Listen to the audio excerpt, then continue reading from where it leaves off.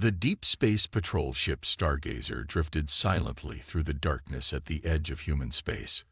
Commander James Walker stood at the bridge's main viewport, his weathered face reflecting off the reinforced glass. 20 years of space patrol had taught him to trust his gut.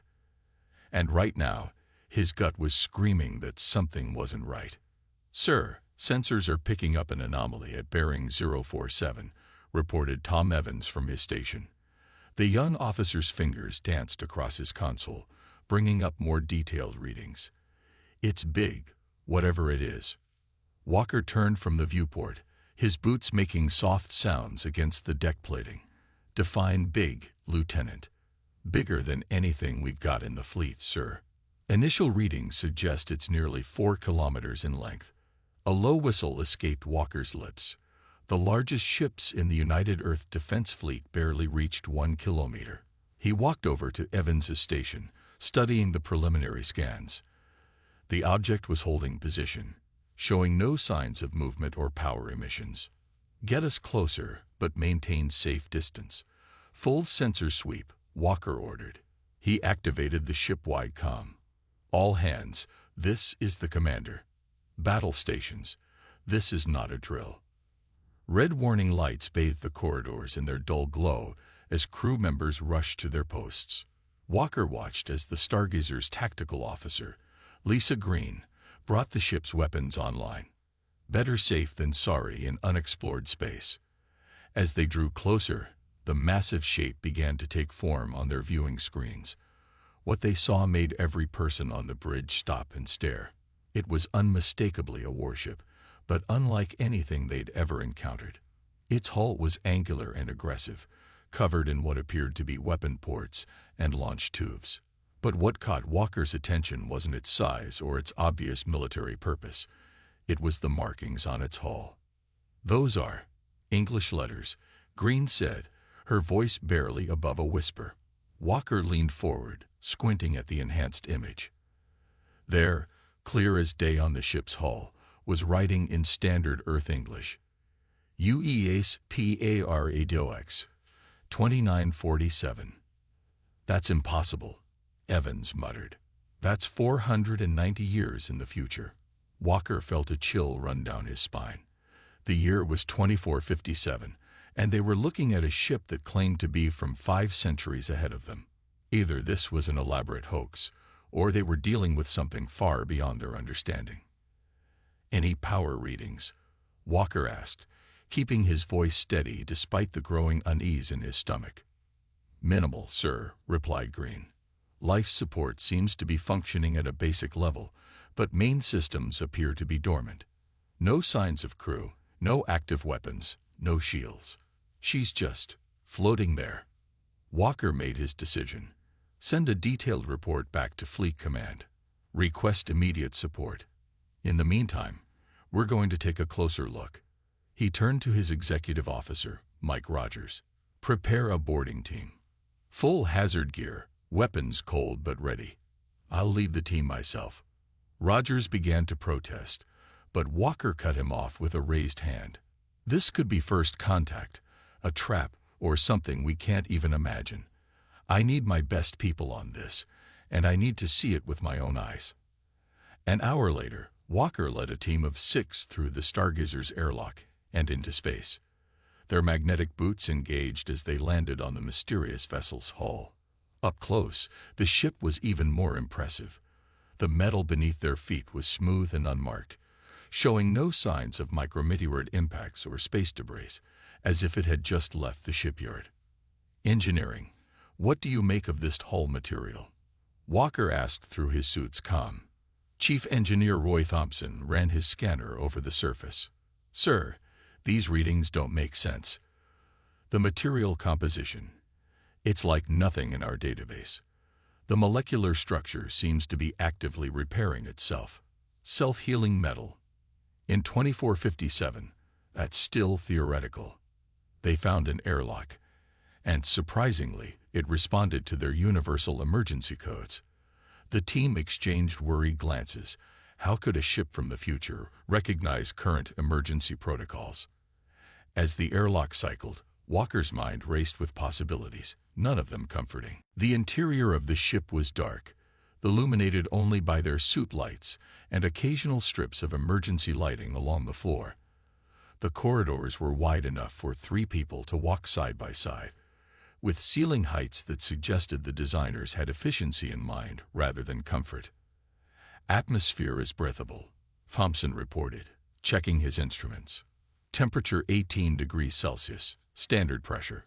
Life supports functioning perfectly." Walker kept his helmet on anyway. "Stay alert. We don't know what automated systems might still be active." They made their way through the ship, following the emergency lighting that seemed to activate just ahead of them, as if the ship was guiding them somewhere. The architecture was clearly human in design, but everything felt advanced, streamlined, evolved. "Commander," called out Security Officer Jack Miller, "you need to see this." They had reached what appeared to be a command center. As they entered, lights flickered on, and holographic displays sprang to life around them. The technology was leagues beyond anything they had, but the layout was intuitive enough that Walker could recognize it as a bridge. "Can anyone read these displays?" Walker asked, studying the holographic text floating in the air. "Sir," Evans said, his voice shaking slightly. "They're in English. Look at this one. It's showing the ship's log. Last entry dated August 15, 2947. Walker approached the main console. As he did, a soft blue light emerged from the ceiling, coalescing into a human-sized hologram. The figure was clearly an artificial intelligence avatar, designed to look like a middle-aged man in a uniform they didn't recognize. "Welcome aboard the UES Paradox," the hologram said, its voice perfectly human. "I've been waiting for you, Commander Walker."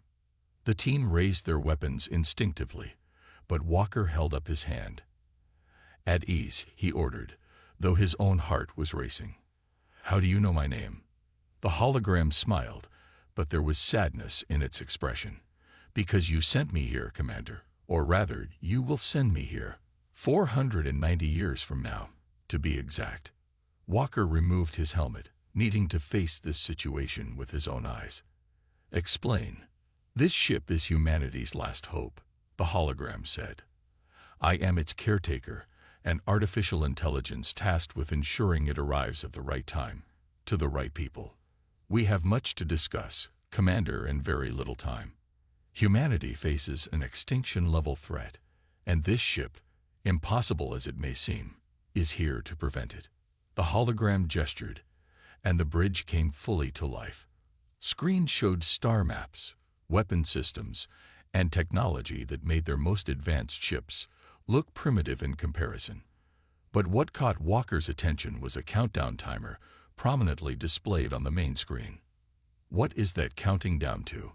he asked, dreading the answer.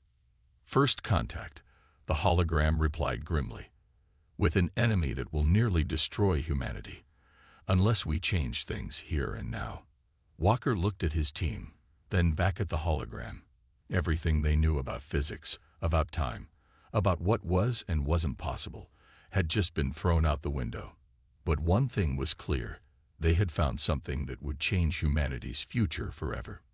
"Tell me everything," Walker said, and the hologram nodded, beginning a story that would reshape human history. The hologram's blue light cast strange shadows across the bridge as Commander Walker and his team listened to its explanation. They had been aboard the Paradox for 3 hours now, and each new revelation made Walker's head spin more than the last. "The ship's main computer contains detailed records of our wars with the Swarm," the hologram explained, bringing up terrifying images of massive dark shapes moving between stars. "They're a collective intelligence that spreads through space like a virus, consuming everything in their path." Thompson raised his hand to touch one of the floating images, his fingers passing through the holographic display. "These energy readings are off the scale. Each of these things is the size of a small moon." "Correct," the hologram confirmed. "The Swarm builds their ships by consuming entire planets. In our timeline, humanity wasn't prepared. First contact occurred when they woke from their dormant state in the Carina Nebula. Earth had no warning. Walker paced the bridge, his boots making no sound on the strange metal floor.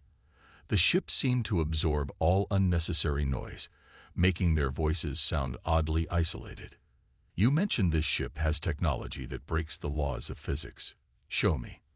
The hologram nodded, and the bridge lights dimmed. New displays appeared, showing schematics of the ship's systems. The Paradox isn't just a warship. It's a testbed for humanity's most advanced technologies. The hull is made of adaptive nanomaterial that can repair itself and change properties based on threats. Our weapons use principles of quantum mechanics that won't be discovered for another 3 centuries. Lisa Green studied the weapon schematics with professional interest. These aren't just guns, are they? They're reality disruption weapons. In simple terms, yes, the hologram agreed. The swarmed ships are virtually indestructible by conventional means, so we learned to bend space itself to destroy them.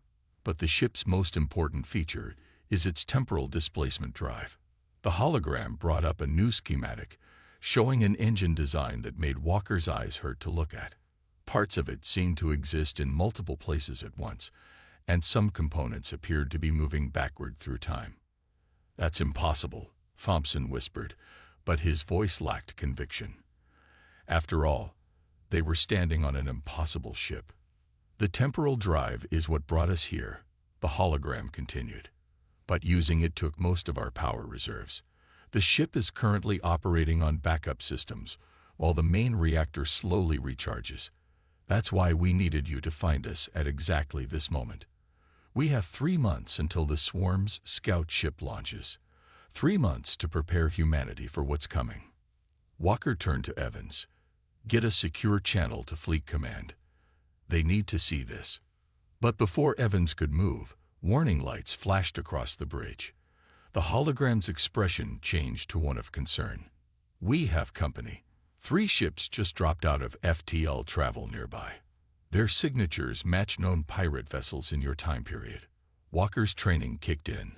"My ship is out there alone. We need tow." "Commander," the hologram interrupted. "This might be an opportunity. The Paradox's defensive systems are still operational. Perhaps a demonstration would help convince your superiors about the validity of our claims." The bridge's main viewport cleared, showing the space around them. 3 rusty-looking ships were approaching the Stargazer, which looked tiny next to the massive Paradox. Walker could see his crew positioning for a fight, but they were outgunned 3-1. "What are you suggesting?" Walker asked the hologram. "The Paradox has non-lethal options. We can disable the pirates without destroying their ships. It would demonstrate our capabilities while saving your crew." Walker nodded. "Do it." The hologram smiled, and the bridge came fully alive for the first time. Lights blazed, systems hummed to life, and Walker felt a subtle vibration through the deck. On the viewport, he watched as invisible waves of energy pulsed out from the Paradox. When they touched the pirate ships, all 3 vessels suddenly went dark, drifting helplessly in space. "Their systems will reboot in approximately 1 hour," the hologram explained. "No permanent damage, but they won't be a threat." Walker's comm crackled. "Commander," Roger's voice came through, excited and confused. "Sir, did you see that? What just happened?" "I saw it, Mike. Send boarding teams to secure those ships. I'll explain everything soon." Walker turned back to the hologram.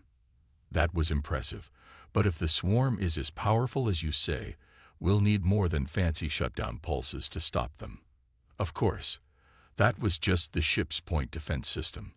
Would you like to see our main weapons?" Before Walker could answer, Evans called out from a console he'd been studying. "Commander, I've found something in the ship's logs. It's you, sir." The hologram's expression turned grave as Evans activated a recorded message. A much older version of Walker appeared on the screen. His hair was white, his face bore new scars, but his eyes held the same determination. "If you're seeing this, then the Paradox made it," the older Walker said. "I know how crazy this all seems. I remember standing where you are now, trying to make sense of it all. But everything the ship's AI tells you is true. The swarm is coming, and we have one chance to stop them before they destroy everything we love. The recording continued, showing footage of massive battles, of Earth's cities in flames, of humanity fighting a desperate war against an enemy that seemed unstoppable. The older Walker explained how they'd found the swarm's weakness too late, how the temporal drive was their last desperate gamble. "Don't make the same mistakes we did," the recording concluded. "Don't wait. Don't debate. Act now, while they're still sleeping. The ship knows what to do. Trust it. Trust yourself. Good luck." The bridge was silent after the recording ended. Walker's team looked at him, waiting for his reaction. He took a deep breath, feeling the weight of two timelines resting on his decisions. "Show me everything," he said to the hologram. "Every weapon, every system, every piece of technology we have. If we're going to convince Fleet Command to launch a preemptive strike against an enemy they've never seen, we need to understand exactly what we're dealing with." The hologram nodded, and new displays appeared around them. As Walker and his team began to learn the secrets of humanity's most advanced warship, alarms were already going off in Fleet Command. The Paradox's arrival had changed everything, and there was no going back. In the darkness of space, the massive ship hung silently, its hull reflecting distant starlight. Inside, the future of humanity was taking shape, guided by a commander who was both learning and teaching himself how to fight a war that hadn't happened yet. The countdown to the swarm's awakening continued, marking the time humanity had left to prepare for the greatest fight in its history. Fleet Admiral Marcus stood at the head of the emergency council table, his face grim as he studied the holographic projections showing the paradox. 2 weeks had passed since Walker's discovery, and Earth's military leadership had gathered in the underground command center beneath New Geneva to decide humanity's next move. "Let me be clear about what you're suggesting, Commander Walker," the Admiral said, his voice echoing in the silent room. "You want us to launch a preemptive strike against an alien species we've never met, based on information from a ship that claims to be from the future." Walker stood straight, meeting the Admiral's gaze. "The evidence is irrefutable, sir. The Paradox's technology alone proves its origin. Dr. Torres, please explain your findings." Dr. Maria Torres stepped forward, her dark hair streaked with gray. As Earth's leading physicist, her opinion carried weight. "The ship's temporal drive isn't theoretical. It works. We've confirmed it by studying the temporal wake still surrounding the vessel. This ship truly is from our future." The room erupted in murmurs. Admiral Marcus raised his hand for silence. "Even if we accept this, and that's a big if, you're talking about starting a war." "With respect, sir," Walker replied, "we're talking about preventing our extinction." The hologram from the Paradox, which they'd taken to calling guide, appeared in the center of the room. Earth's leaders had grown somewhat used to its presence over the past 2 weeks, though some still flinched at its sudden appearances. "Perhaps a more detailed demonstration is in order," Guide suggested. "The Paradox's memory banks contain full recordings of the first swarm attack. Would you like to see how the war began in our timeline?" Admiral Marcus nodded slowly. The room darkened, and suddenly they were surrounded by a 3-dimensional recreation of Earth space. They watched as massive shapes emerged from FTL travel. Dark, organic-looking ships that seemed to absorb light rather than reflect it. The recreation showed Earth's defense fleet engaging the swarm. Humanity's best weapons barely scratched the alien vessels. Then they watched in horror as the swarm ships released countless smaller creatures that tore through Earth's defenses like paper. "Stop," Marcus commanded, his face pale. The projection froze on an image of Sydney in flames. "Those creatures, they're biological weapons. The swarm is a collective," Guide explained. "Each drone is part of the whole. They don't communicate. They simply are. Their ships are grown, not built, using the resources they harvest from conquered worlds. In our timeline, humanity lost 2 billion lives in the first day of fighting. Walker stepped forward again. But now we have a chance to strike first, while they're dormant. The Paradox has mapped their location. Their main fleet sleeps in the Carina Nebula, waiting for the scout ship to wake them. We have 2 months before that happens. And what if we fail? Asked General Rivers, her weathered face showing deep concern. If we attack and don't completely destroy them, we'll start the very war we're trying to prevent. That's why we need to commit everything, Walker argued. The Paradox can upgrade our current fleet with its technology. Not to full future specs, but enough to give us a fighting chance. We've already begun modifying the Stargazer as a test case. The hologram brought up new images, showing the Stargazer's transformation. Its weapons now glowed with the same strange energy as the Paradox's systems. The ship's hull had been enhanced with the same self-repairing metal. The modifications are holding stable, Dr. Torres added. We can upgrade our entire defense fleet within 6 weeks if we start now. Admiral Marcus walked around the table, studying the frozen image of the swarm ships. The political fallout from this will be enormous. Starting a war based on future intelligence, some will call it madness. Better than the alternative, Walker said quietly. He nodded to Guide, who played one final recording. The older Walker appeared again, but this time he wasn't alone. Behind him stood a group of children in worn clothing, their faces dirty but determined. These are the last human children, the recording said, born in underground bunkers, never seeing the sun. They're the reason we built the Paradox, the reason we broke the laws of physics and time itself. Because humanity deserves better than extinction. These kids deserve a future.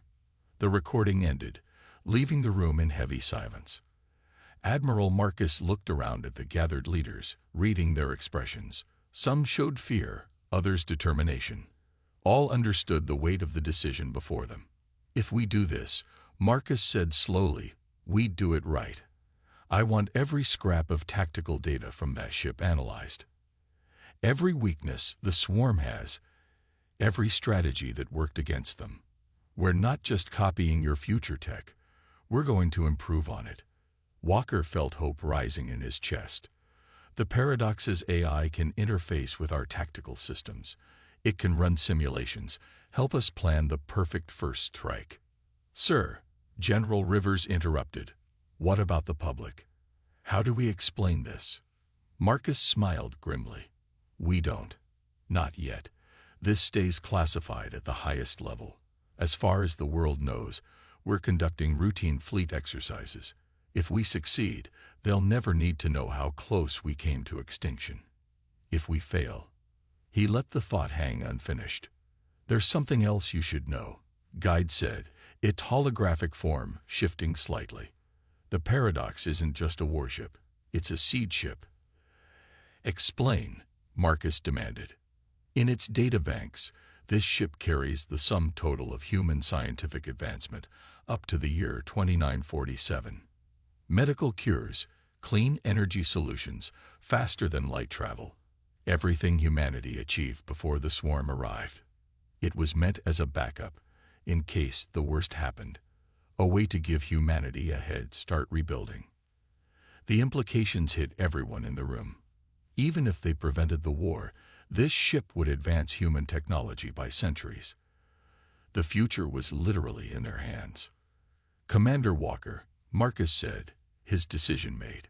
You have operational command of this mission. Work with Guide to begin fleet modifications immediately. I want detailed attack plans on my desk in 48 hours. Yes, sir, Walker replied, saluting. As the meeting broke up, Walker felt the weight of 2 timelines on his shoulders. In one, humanity had faced the swarm unprepared and nearly died. In another, the one he was building, they would be ready. The war that shouldn't exist was about to begin. And this time, humanity would strike first. On the main screen, the countdown continued its relentless march. 2 months until the scout ship would wake. 2 months to prepare humanity for the greatest battle in its history. 2 months to change the future. The massive shipyards orbiting Mars buzzed with activity as workers swarmed over Earth's defense fleet. Red warning lights flashed constantly as engineers installed the Paradox's technology on ship after ship. With just 3 weeks left until the swarm scout's awakening, every second counted. Walker stood in the Paradox's command center, watching the progress through the main viewport. The ship had become humanity's most advanced teaching tool, its AI working around the clock to train crews in operating the new weapons and defense systems. Status report. He called out to his team. 70% of the fleet has been upgraded. Thompson replied from his station. The chief engineer looked tired but satisfied. The newer ships are accepting the modifications better than expected. The self-repairing hull technology is spreading faster than we projected.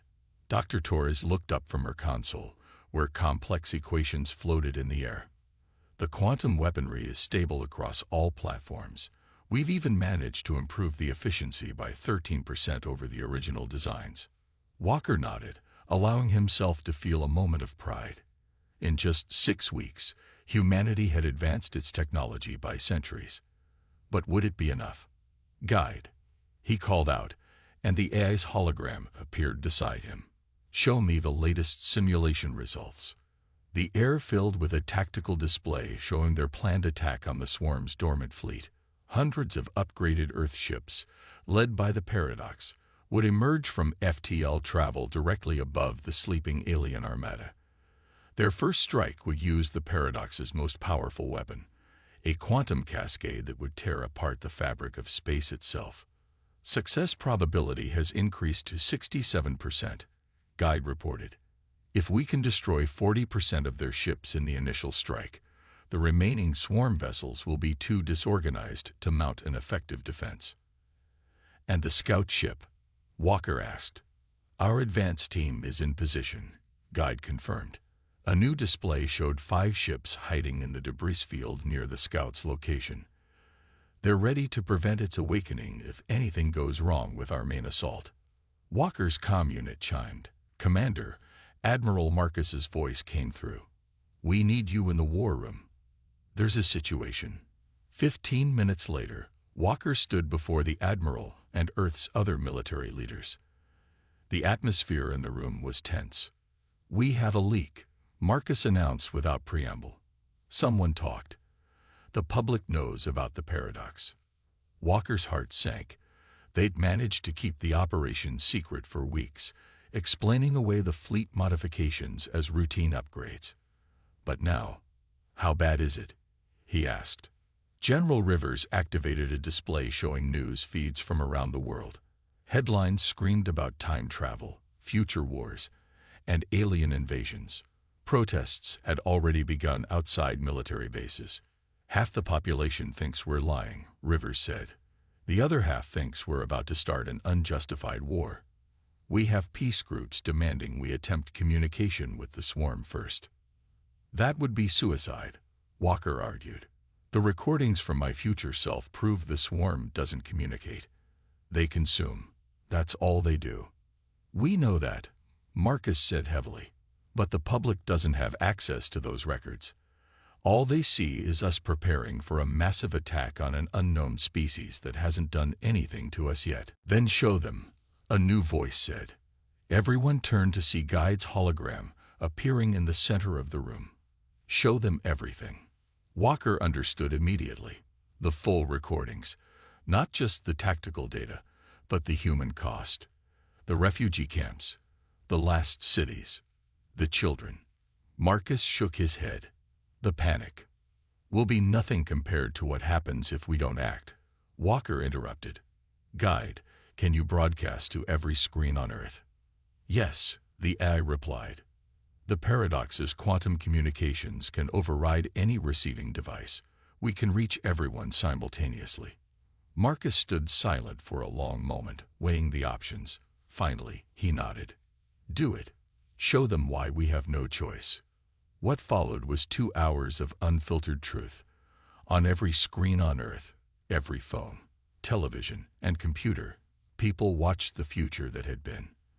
They saw the swarm's arrival, the destruction of cities, the death of billions.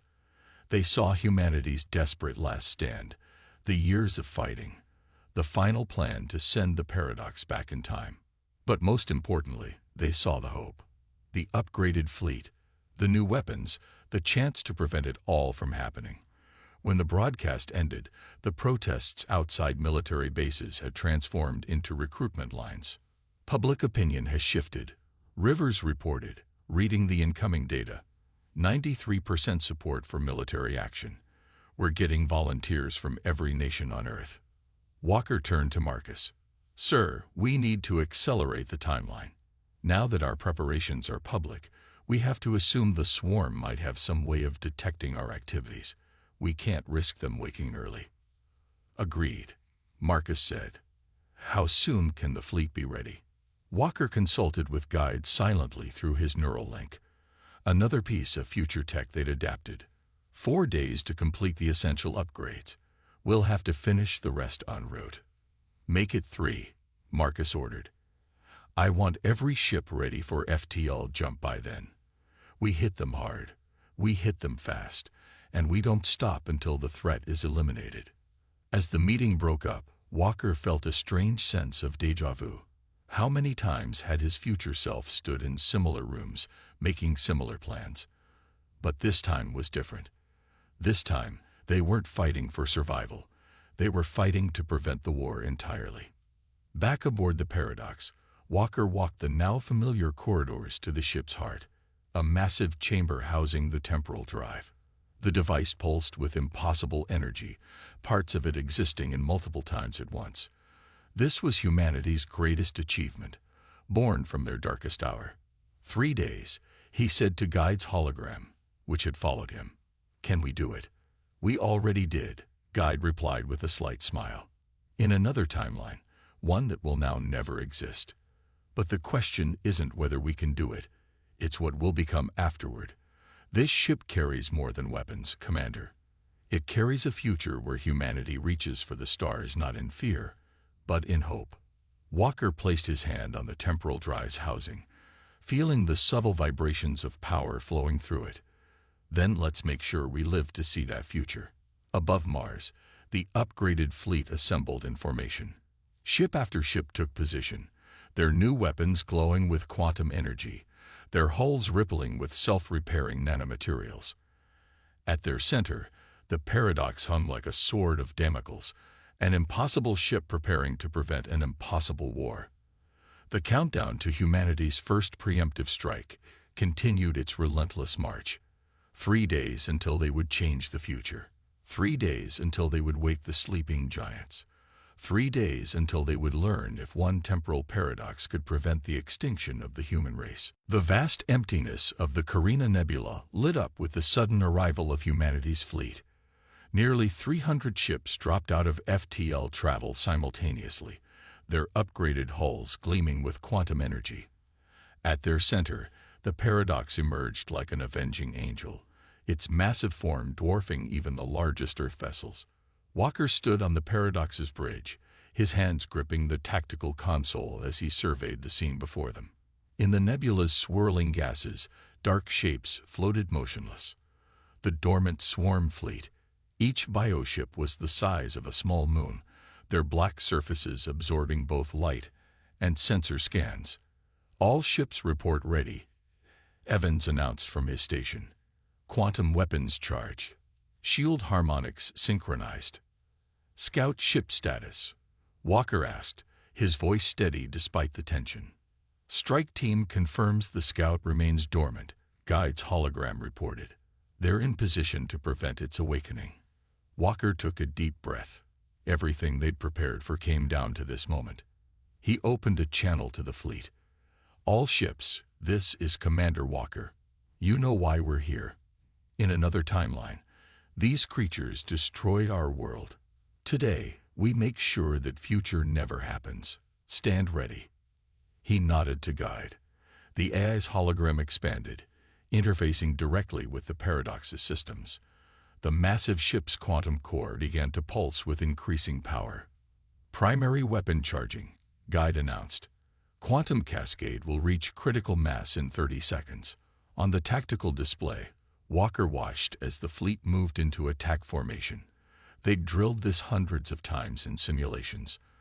The Paradox would fire first, its quantum cascade creating a space-time rupture that would tear apart a portion of the swarm fleet. Then, while the survivors were still recovering, the Earth ships would strike from multiple vectors with their upgraded weapons. 20 seconds, Guide counted down. Suddenly, alarms blared across the bridge. Movement, Evans shouted. The swarm, they're waking up. Walker's blood ran cold as he watched the massive alien ships beginning to stir. Their black surfaces rippled like liquid metal as dormant systems came online. How? Walker demanded. The scout ship is still sleeping. Unknown, Guide replied, its hologram flickering with rapid calculations. Possibility. They detected our quantum energy signatures. The future tech may have triggered a defense mechanism. Time to full cascade, Walker asked urgently. 15 seconds, but the swarm ships will be combat-ready in 10. Walker made his decision instantly. All ships, break formation. Initiate attack pattern Delta. Don't let them coordinate. The Earth fleet scattered just as the first swarm ship opened fire. A beam of dark energy sliced through space where their formation had been seconds before. More swarm vessels were awakening, their organic forms writhing as they prepared for battle. Cascade in 5 seconds, Guide announced. Walker watched as the nearest swarm ships began launching smaller forms, the dreaded drones that had devastated Earth in the original timeline. All ships, activate point defense grids. Don't let those drones reach you. Space lit up with weapons fire. The upgraded Earth ships proved their worth as quantum beams and energy pulses destroyed wave after wave of drones. But more swarm ships were waking every second. Cascade ready, Guide called out. Fire, Walker ordered. The Paradox's main weapon activated, and reality itself seemed to scream. A tear in spacetime erupted in the heart of the swarm fleet, the quantum cascade ripping apart everything it touched. 3 of the massive bioships were caught in the effect, their forms twisting and fragmenting as space itself shredded them to atoms. But the remaining swarm vessels reacted with terrifying speed. They began to merge, their liquid metal forms flowing together into fewer but larger ships. They're adapting, Dr. Torres called out from her station. The quantum cascade changed their molecular structure. They're becoming resistant. Walker had feared something like this. The swarm's ability to evolve mid-battle had been documented in the future records. But they'd prepared for this too. Guide, initiate Protocol Omega. The AI's hologram smiled grimly. Protocol Omega activated. All ships, synchronize quantum frequencies to the following pattern. As the command went out, every Earth ship's weapons changed tone. The quantum energy they emitted shifted to match the Paradox's unique temporal signature. When they fired again, their beams carried fragments of future time itself. The effect was devastating. Where the combined swarm ships had been shrugging off normal quantum attacks, these temporal-infused beams cut through them like fire through ice. Their adaptive abilities couldn't cope with weapons that existed partially outside of normal time. It's working, Evans shouted. Swarm ships showing signs of molecular breakdown. But the aliens weren't finished. The remaining ships suddenly pulled back, gathering into a tight formation. Their surfaces began to pulse with dark energy. Energy spike, Torres warned. They're trying to open a dimensional rift, probably calling for reinforcements. Not today, Walker said quietly. He opened a channel to the strike team near the scout ship. Execute Plan B now. Near the sleeping scout, 5 Earth ships activated special devices provided by the Paradox. Together, they created a temporal lock, a bubble of frozen time that trapped the scout ship in perfect stasis. It would never wake, never send its signal to the rest of the swarm species. Back in the main battle, Walker watched as the remaining swarm ships struggled to open their rift. But without the scout's signal, their efforts were uncoordinated, weakened. All ships, Walker commanded, "Full attack. Everything you have. Don't let them recover." The entire Earth fleet opened fire simultaneously. Hundreds of temporal quantum beams struck the swarm formation from all directions. Unable to adapt quickly enough, unable to call for help, the massive bioships began to break apart. "Guide," Walker said, "charge the cascade one more time. Let's finish this." The Paradox's weapon powered up again, drawing on its reserves of future energy. The quantum cascade fired into the heart of the dying swarm fleet, and this time there was no escape. The fabric of space-time ripped open one final time, consuming the remaining alien ships in a maelstrom of temporal energy. When the light faded, the nebula was empty except for the Earth fleet. Debris from the swarm ships dissolved into nothingness, their impossible biology unable to survive without the collective consciousness controlling it. Walker slumped in his command chair, exhaustion finally catching up with him. Casualties. 12 ships lost, Evans reported, his voice thick with emotion. But their crews managed to eject. Rescue operations are underway. The scout ship remains in temporal stasis, Guide confirmed. It will never wake. The signal will never be sent. The future we came from, it no longer exists. Walker looked around the bridge of the impossible warship that had changed humanity's destiny. "So what happens now?" "To the Paradox, to you." Guide's hologram smiled. "The timeline has changed. The future where we were created no longer exists, but we do exist, here and now. The Paradox carries centuries of human advancement, medical cures, clean energy, faster than light travel. Everything humanity achieved before the swarm arrived. We can give your people a better future than the one we came from." "A future without the swarm," Walker said, finally allowing himself to smile. "A future where those children get to see the sun." Above them, the nebula's gases swirled peacefully, showing no sign of the battle that had just prevented a war that would never happen. The Paradox hung among the Earth fleet, a warship that shouldn't exist, but did, and in existing, had changed everything. Humanity had faced its greatest test and emerged victorious. And now, with the knowledge and technology of centuries at their disposal, they could reach for the stars not in desperation, but in hope. The future was theirs to write.